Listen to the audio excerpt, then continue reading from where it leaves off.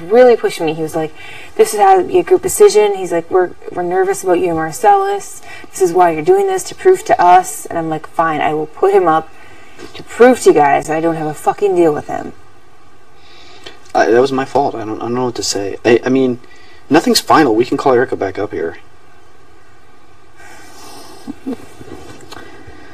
I mean, I can be the hitman and call Erica back up here and tell her, like, we changed our mind again. I want you to be happy. This is the thing. I want Boogie to be happy and you to be happy. Boogie has a special power. He's thrilled to be here. He's a huge fan of the fucking Season 6 people.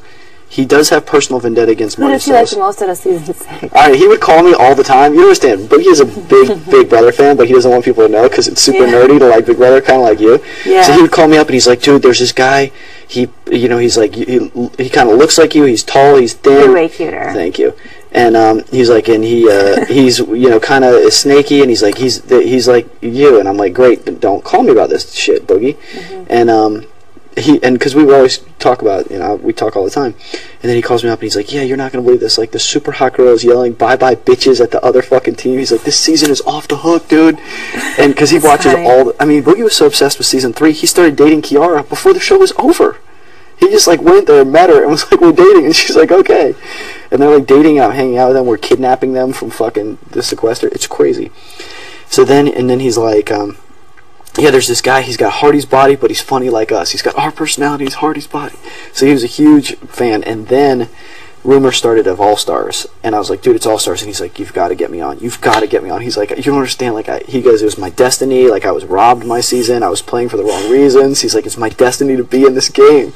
And I was like, I can't, dude. I can't get you on. I'm not doing it.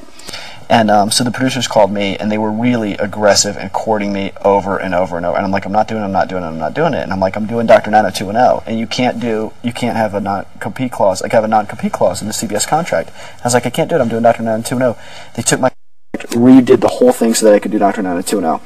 Said, I'm not doing that because you also have a 1 year, like, your contract has a 1 year limit. You can't do anything for 1 year after the show. I said, I'm not doing that. Took my contract, rewrote it. I have 2 weeks after the show, then I can do whatever I want. Mm-hmm. Like, we're not doing this for anyone else. Then I have a national infomercial probably now on my face brush that I co-developed. It's awesome. They're like, yeah, you can't do that. And I'm like, great, I'm not doing the show. Rewrote the I kept making them jump through loops.